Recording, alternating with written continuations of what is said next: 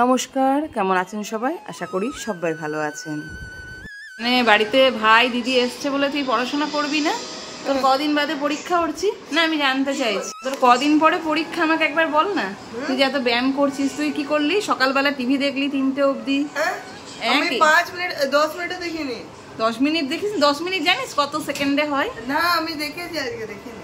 দেখিসনি? তারপরে 3টে 3:30 অবধি দেখে 5টা অবধি ঘুমালি। 3:30? হ্যাঁ, তারপরে কতক্ষণ ঘুমালি? 5টা 10। তারপরে খেলতে গেলি। তোকে বললাম 6টায় আসতে, তুই 6:30টায় আসলি। ভাই মিষ্টি আনতে গেছিল?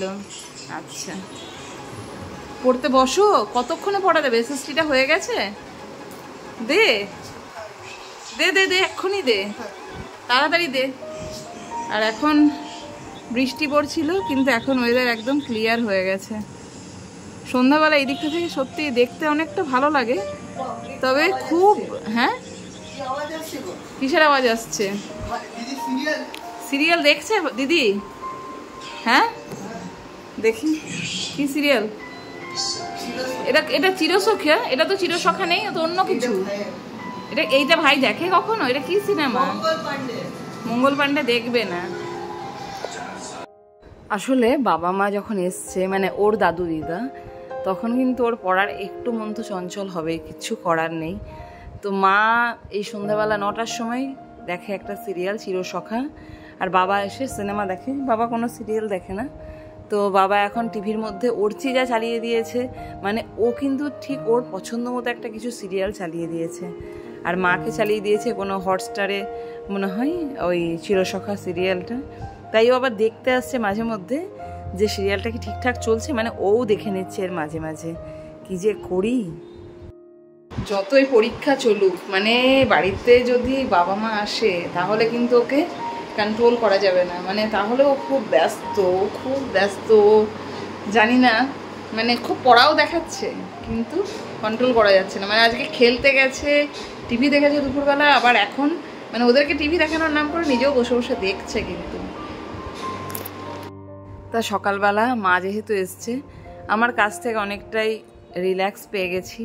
মা আজকে কুমড়ো, কচু, আলু আর কাঁঠালের বীজ এই দিয়ে একটা দুর্দান্ত তরকারি বানিয়েছিল। আর এমনি মাছ, তারপরে ডিমও বানিয়েছে, তারপরে চাটনি টাটনি সমস্ত কিছু হয়েছে। আর এই যে রেসিপিটা বলছিলাম না, কুমড়ো আলু দিয়ে কচুর কাঁঠালের বীজ দিয়ে, সেটা। আর আজকে ডাইনিং টেবিলে বসিনি, কারণ কি বাবা নিচে বসতে পছন্দ করে। বাবা ডাইনিং টেবিলে ভালোবাসে না, কখনোই বসতে চায় না ডাইনিং টেবিলে। খুব জোর ওই টিফিনটা খায়, তাছাড়া কিন্তু নিচে। আর এই যে ওরচিকে বলা হলো তো একটু সাবধানে নিয়ে আয়। ও মানে কাজ ওর করেই না, আর করতে বললেও সেই কাজটা ও মানে পড়াশোনা ছাড়াও কোনো কাজ জানে না।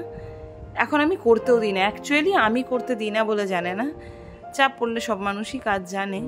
তো মা এখন ভাত বেড়ে দিয়েছে বাবাকে, আর আমরা কাঁসার থালাতেই খাবার খাই বেশিরভাগ সময়। তবে 3টে কাঁসার থালা বের করেছি, তাই বাবাকে একটাতে, আমাকে মা একটাতে দিয়েছে, ওরচিকে একটাতে দিয়েছে। তো আমি বলছিলাম যে তুমি কাঁসার থালায় নাও, কিন্তু মা ওই সেই স্টিলের থালাতেই নিয়েছে। আর এই যে ওরচির জন্য ডিম ভাজা হয়েছে, কারণ কি ও ছোট মাছ মাই নিয়ে এসছে, সেটা খেতে খুব একটা ভালোবাসে না, তাই জন্য ওকে দেওয়া হয়েছে। এই যে দেওয়া হলো, কিন্তু না, এটা করলা ভাজা।